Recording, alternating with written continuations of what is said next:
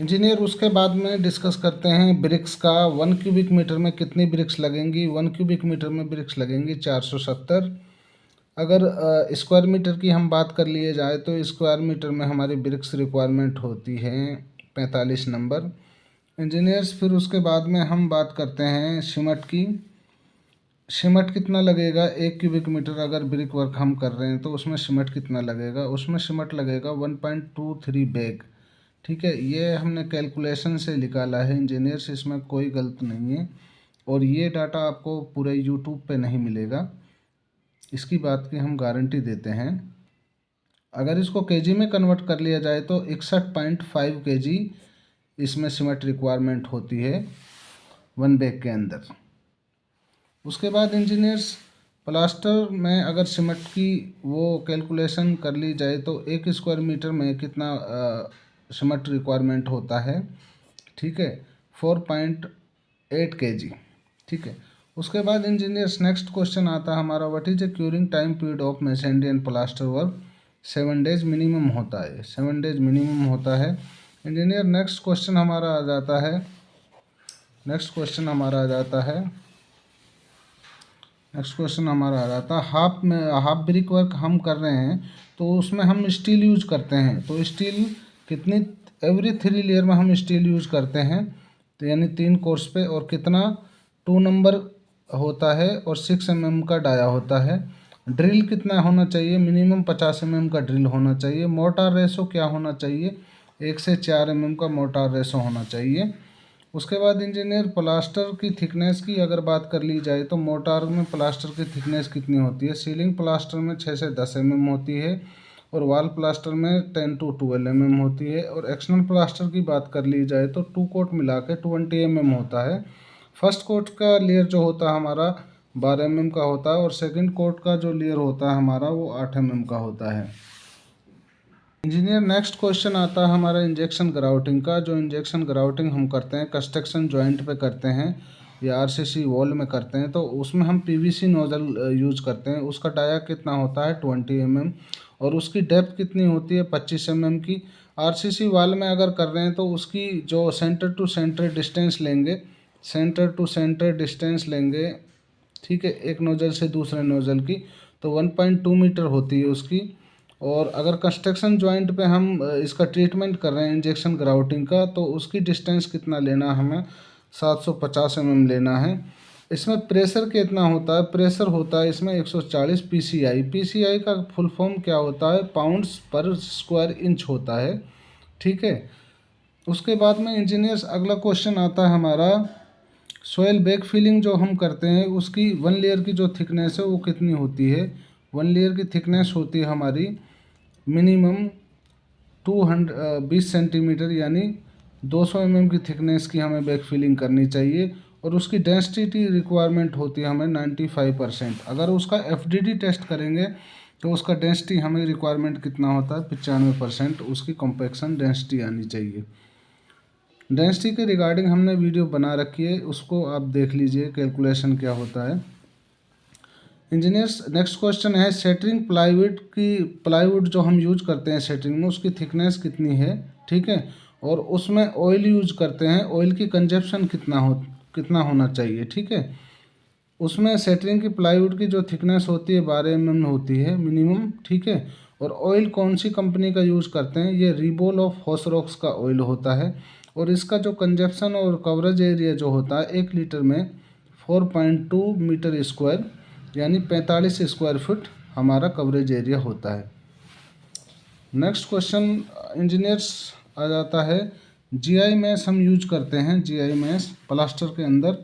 ठीक है, उसका थिकनेस कितना होता है? उसका थिकनेस होता है इंजीनियर्स 300 mm थिकनेस होता है।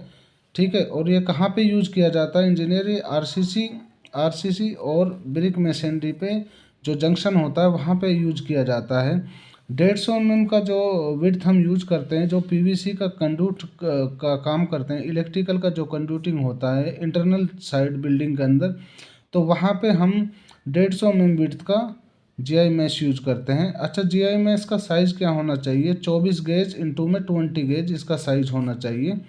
ठीक है, वेरी इंपॉर्टेंट है। वाटरप्रूफ केमिकल यूज़ करते हैं और उसका रेशो क्या होता है एक्सटर्नल प्लास्टर के अंदर। ठीक है, वाटरप्रूफ केमिकल जो यूज करते हैं एक्सटर्नल प्लास्टर के अंदर, तो 1 बैग में कितना होना चाहिए, मिनिमम 1 बैग में होना चाहिए हमारा 300 ml यूज करते हैं। और ये इसका नाम क्या है, इसको हम सिक्को नंबर 1 लिया जाता है। ठीक है, होल्ड पास्ट हम यूज करते हैं सीमेंट कंक्रीट जो ब्लॉक होते हैं मशीनरी में, जहाँ पे हम डोर के अंदर फास्टनर लगाते हैं, तो उसका साइज़ क्या होता है, वो 30 इंटू में 10 इंटू में 15, ये सेंटीमीटर की डायमेंशन है। अगर इसको में कन्वर्ट कर लिया जाएगा, 300 mm, 100 mm, 150 mm, ये 4 इंची वाल है। अगर 9 इंची वाल में इसको देखा जाए तो 9 इंची वाल में जो इसकी विड्थ है वो बढ़ जाएगी। इंजीनियर्स टेक्सचर पेंट हम जो करते हैं बिल्डिंग के अंदर, ठीक है, टेक्सचर के ऊपर जो पेंट करते हैं उसका सरफेस एरिया और उसका कवरेज एरिया क्या होता है, चाहे हमारी आरसीसी वॉल हो चाहे प्लास्टर की वॉल हो, तो उसमें हमें 10 स्क्वायर मीटर में कितना पेंट लगेगा, 3.28। ठीक है, और 1 लीटर में कितना कंजप्शन आ गया, 1 लीटर में आ गया हमारा 32 स्क्वायर फुट। ठीक है, उसके बाद में 2 कोट इन प्लास्टर सरफेस में भी सेम क्वांटिटी है।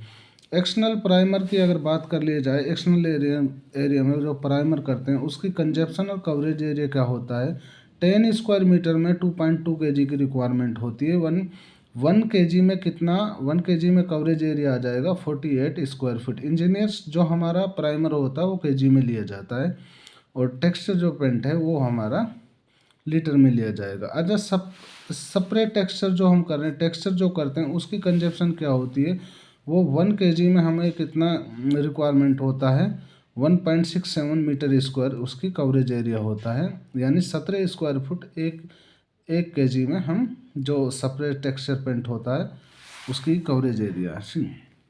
इंजीनियर नेक्स्ट क्वेश्चन हमारा सिंथेटिक एनिमल पेंट के रिगार्डिंग है, जो कि हम बालकोनी या स्टेयरकेस या स्टील डोर, विंडोज़ या वेंटिलेशन में जो करते हैं सिंथेटिक एनिमल पेंट, उसका कवरेज एरिया क्या होता है। अगर प्राइमर हम कर रहे हैं तो 0.85 लीटर में 10 स्क्वायर मीटर का कवरेज एरिया होगा।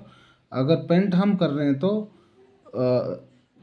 1 लीटर में 10 मीटर स्क्वायर कवरेज एरिया हो गया। ठीक है, अगर डोर फ्रेम पेंटिंग की बात कर लिया जाए तो इंजीनियर प्राइमर कितना रिक्वायरमेंट होता है, प्राइमर हमारा 10 मीटर स्क्वायर में इतना एरिया कवर हो गया, और ये डुलेक्स मल्टी सरफेस पेंट होता है। पेंट का अगर एरिया हम कैलकुलेशन कर लिया जाए तो 10 मीटर स्क्वायर कितना में 0.9 लीटर पेंट की कंजप्शन होती है।